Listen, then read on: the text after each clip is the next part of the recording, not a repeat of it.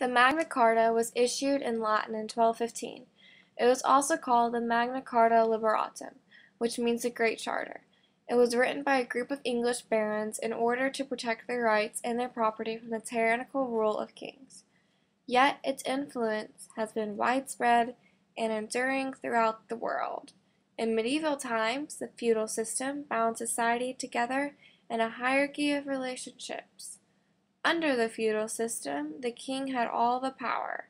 Under King John's rule, tension grew between the barons, bishops, and King John over his poor government, heavy war taxes, and disputes with the Pope.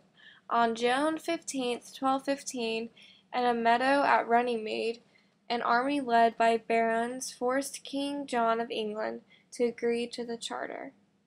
The barons, in return, agreed to restore their loyalty to the King John, if he signed the document. Although the Pope Innocent III declared the Magna Carta void, the English barons did not submit to the Pope's orders. The content of the Magna Carta, which was driven by the concerns of barons and church, was designed to rebalance power between the king and his subjects. Some say it was designed to make the kings dependent on the lords.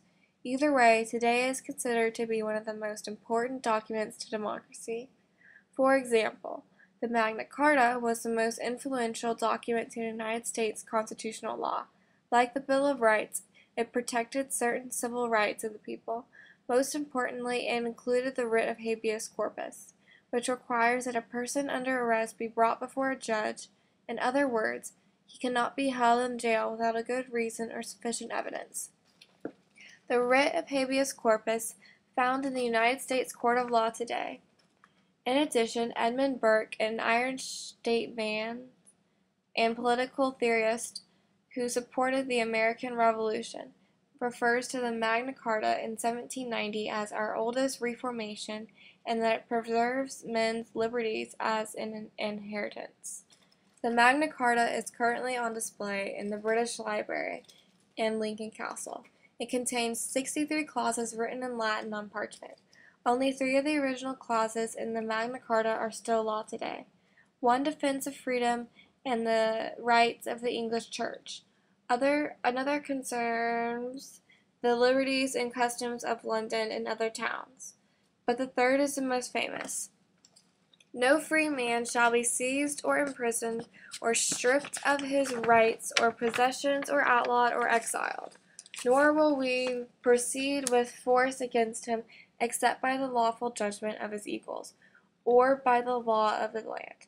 To no one we will sell, to no one we will deny or delay right or justice. As you can see, the source of some of our most cherished rights are in this last law, including the writ of habeas corpus, mentioned earlier, and even the idea that we are innocent until proven guilty. Although the Magna Carta had written almost 800 years ago, it continues to hold a far-reaching and longer-lasting influence on democracy when it comes to protecting the rights of the people from tyranny.